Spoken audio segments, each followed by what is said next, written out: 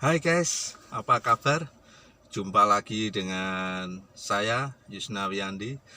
Damai sejahtera meliputi kita, anugerah yang berasal daripada Tuhan terus turun atas diri kita, serta kesehatan selalu ada dalam tubuh dan jiwa kita bersama dengan orang-orang yang kita kasihi dan kita cintai. Guys, saat ini kita akan bahas bagaimana demo PA212 dan FPI ya yang merubah temanya ya. Apa saja yang dirubah?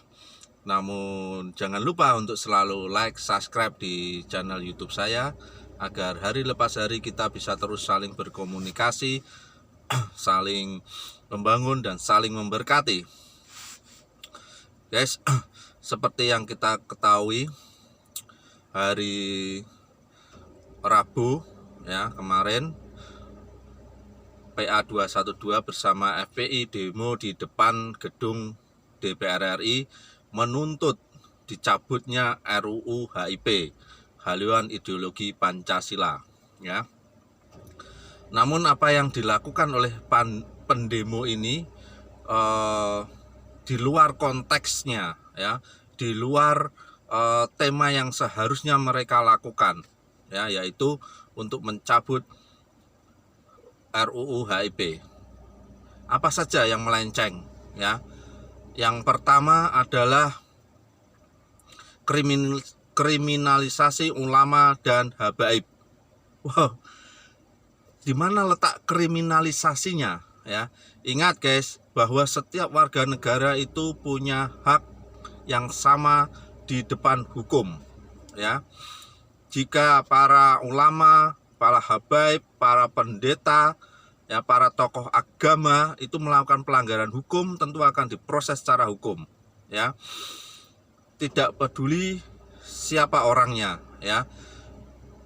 Kalau menyampaikan sesuatu, ulama, pendeta, ya tokoh agama menyampaikan sesuatu kritikan yang baik, tentu tidak akan diproses secara hukum. Tapi kalau sudah melakukan penghinaan ya, hujatan itu pasti akan diproses secara hukum karena negara kita adalah negara hukum. Yang kedua adalah undang-undang ITE untuk menghambat atau memberangus para kritikus pemerintah. Aduh, ini juga lucu guys ya. Pemerintah tidak pernah memberangus, tidak pernah membatasi kritikan-kritikan ya. Yang dilakukan tindakan adalah ketika mereka melakukan hujatan, melakukan penghinaan, bukan lagi dalam bentuk kritikan ya. Menghina, menghujat itu pasti ya melanggar undang-undang ITE kalau itu dilakukan di media sosial ya. Kita semua tahu lah ya, kita semua tahu. Yang meneriakkan ini tentu juga tahu sebetulnya aturan ini, tapi dipaksakan bahwa itu untuk memberangus ya. Yang ketiga apa guys? Yang ketiga ada yayal di tengah demo itu ya. Ayo turunkan Jokowi sekarang juga. Wow, ini sudah melenceng daripada izin dari demo itu sendiri ya.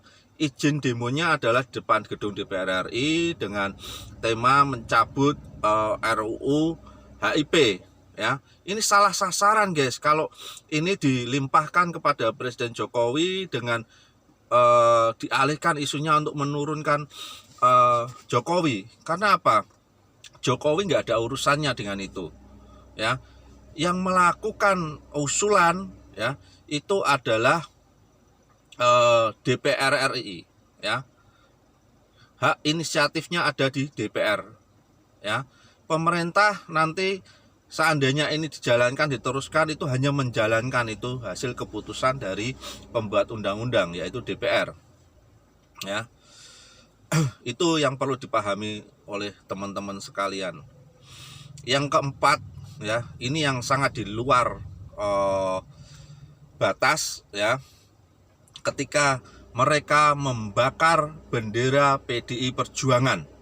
Inilah yang membuat marah para kader PDI Perjuangan, ya, sehingga ketua fraksinya Pak Utut Adianto dan juga sekretaris fraksinya yaitu Pak Bambang Pacul meredam para pengikutnya supaya menunggu komando dulu.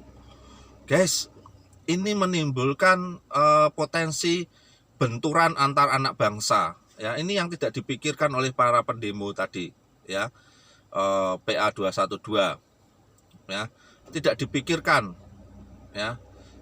Seharusnya korlapnya melarang, ya. Kalau ada bendera PDI Perjuangan, tentu ini sudah disiapkan. Orang itu sengaja membawa bendera PDI Perjuangan, ya. Karena saya yakin di gedung DPR RI itu tidak ada bendera partai, ya. Inilah yang harus dipertanggungjawabkan proses secara hukum, seperti apa yang katakan Sekjen PDI Perjuangan akan memproses hukum pembakaran bendera PDI Perjuangan ini, ya. Marilah kita menyampaikan aspirasi, menyampaikan demo-demo dengan cara yang bijak, ya. Tidak perlu menggunakan kekerasan, tidak perlu menggunakan emosi sehingga melanggar hukum, ya. Kalau ini sudah melanggar hukum, tentu akan diproses secara hukum. Ya, ingat, ini bukan kriminalisasi karena mereka sudah melakukan pelanggaran hukum. Ya, tentu kalau rumah kita diusik, pemilik rumah juga akan marah.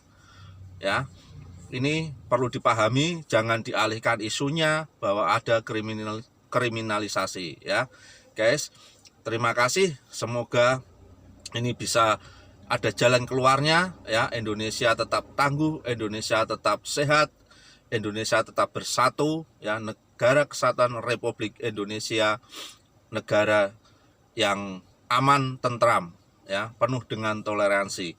Terima kasih guys, Tuhan selalu memberkati negara Kesatuan Republik Indonesia. Amin.